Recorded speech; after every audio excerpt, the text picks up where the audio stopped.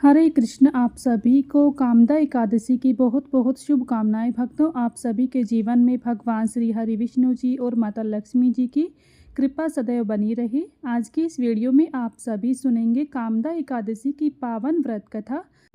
अगर आपने भी कामदा एकादशी का व्रत रखा है तो आप इस व्रत कथा का पाठ अवश्य करें। व्रत कथा के बिना व्रत अधूरा माना जाता है। अगर आपको हमारी ये कथा पसंद आए तो प्लीज़ वीडियो को लाइक शेयर करें। चैनल पर अगर नए हैं तो चैनल को सब्सक्राइब कर लें, बेल आइकन को प्रेस कर लें, जिससे आप सभी को हिंदू धर्म से जुड़े सभी व्रत और त्योहारों की वीडियोस देखने को मिलेंगी। आइए प्रेम और श्रद्धा भाव से सुनते हैं कामदा एकादशी की पावन व्रत कथा। प्रेम से बोलिए भगवान श्री हरि विष्णु जी की जय, माता लक्ष्मी की जय। धर्मराज युधिष्ठिर कहने लगे कि हे भगवान, मैं आपको कोटि कोटि नमस्कार करता हूँ। अब आप कृपा करके चैत्र शुक्ल एकादशी का महात्म कहिए। श्री कृष्ण कहने लगे कि हे धर्मराज, यह प्रश्न एक समय राजा दिलीप ने गुरु वशिष्ठ जी से किया था, और जो समाधान उन्होंने किया वो सब मैं तुमसे कहता हूँ। प्राचीन काल में भोगीपुर नामक एक नगर था। वहाँ पर अनेक ऐश्वर्यों से युक्त पुंडरीक नाम का एक राजा राज्य करता था। भोगीपुर नगर में अनेक अप्सरा, किन्नर, गंधर्व वास करते थे। उनमें से एक जगह ललिता और ललित नाम के दो स्त्री पुरुष अत्यंत वैभवशाली घर में निवास करते थे। उन दोनों में अत्यंत स्नेह था, यहाँ तक कि अलग अलग हो जाने पर दोनों व्याकुल हो जाते थे। एक समय पुंडरीक की सभा में अन्य गंधर्वों सहित ललित भी गान कर रहा था। गाते गाते उसको अपनी प्रिय ललिता का ध्यान आ गया और वह उसका स्वर भंग होने के कारण गाने का स्वरूप बिगड़ गया। ललित के मन के भाव जानकर करकोटक नामक नाग ने पद भंग होने का कारण राजा से कह दिया। तब पुंडरीक ने क्रोधपूर्वक कहा कि तू मेरे सामने गाता हुआ अपनी स्त्री का स्मरण करता है, अतः तू कच्चा मांस और मनुष्य को खाने वाला राक्षस बनकर अपने किए कर्म का फल भोग। पुंडरीक के श्राप से ललित उसी क्षण महाकाल विशाल काल राक्षस हो गया। उसका मुख अत्यंत भयंकर, नेत्र सूर्य चंद्रमा की तरह प्रदीप्त तथा मुख से अग्नि निकलने लगी।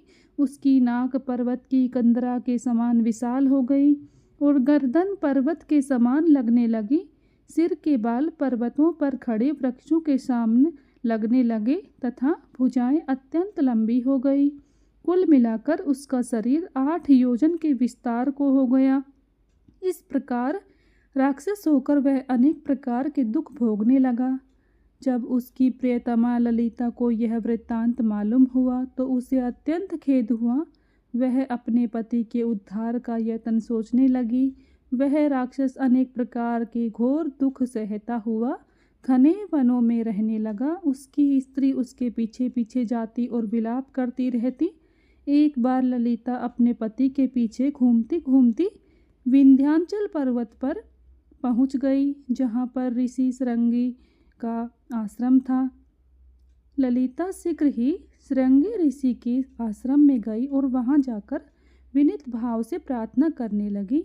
उसे देखकर श्रृंगी ऋषि बोले, हे सुभगे, तुम कौन हो और यहाँ किस लिए आई हो? ललिता बोली कि हे मुने, मेरा नाम ललिता है। मेरा पति राजा पुंडरीक के श्राप से विशालकाय राक्षस हो गया है।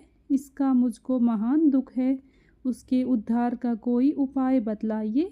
श्रृंगी ऋषि बोले, हे गंधर्व कन्या, अब चैत्र शुक्ल एकादशी आने वाली है, जिसका नाम कामदा एकादशी है।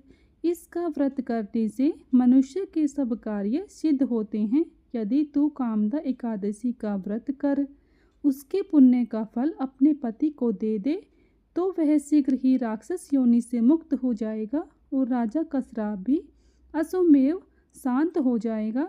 मुनि के ऐसे वचन सुनकर ललिता ने चैत्र शुक्ल एकादशी आने पर उसका व्रत किया और द्वादशी को ब्राह्मणों के सामने अपने व्रत का फल अपने पति को देते हुए भगवान से इस प्रकार प्रार्थना करने लगी, हे प्रभु, मैंने जो यह व्रत किया है इसका फल मेरे पति देव को प्राप्त हो जाए, जिससे वह राक्षस योनि से मुक्त हो जाए। एकादशी का फल देते ही उसका पति राक्षस योनि से मुक्त होकर अपने पुराने स्वरूप को प्राप्त हुआ। फिर अनेक सुंदर वस्त्र आभूषणों से युक्त होकर ललिता के साथ विहार करने लगा। उसके पश्चात वे दोनों विमान में बैठकर स्वर्गलोक को चले गए। विशिष्ट मुनि कहने लगी, हे राजन, इस व्रत को विधि पूर्वक करने से समस्त पाप नाश हो जाते हैं और राक्षस आदि की योनि भी छूट जाती है। संसार में इसके बराबर कोई दूसरा व्रत नहीं है और इसकी कथा पढ़ने या सुनने से वाजपेय यज्ञ का फल प्राप्त होता है। प्रेम से बोलिए भगवान श्री हरि विष्णु जी की जय, माता लक्ष्मी जी की जय। यहीं पर कामदा एकादशी की पावन व्रत कथा संपन्न होती है। अगर आप सभी को हमारी ये व्रत कथा पसंद आई है तो प्लीज़ वीडियो को लाइक शेयर कर सभी भक्तों को राधे राधे, जय श्री कृष्ण।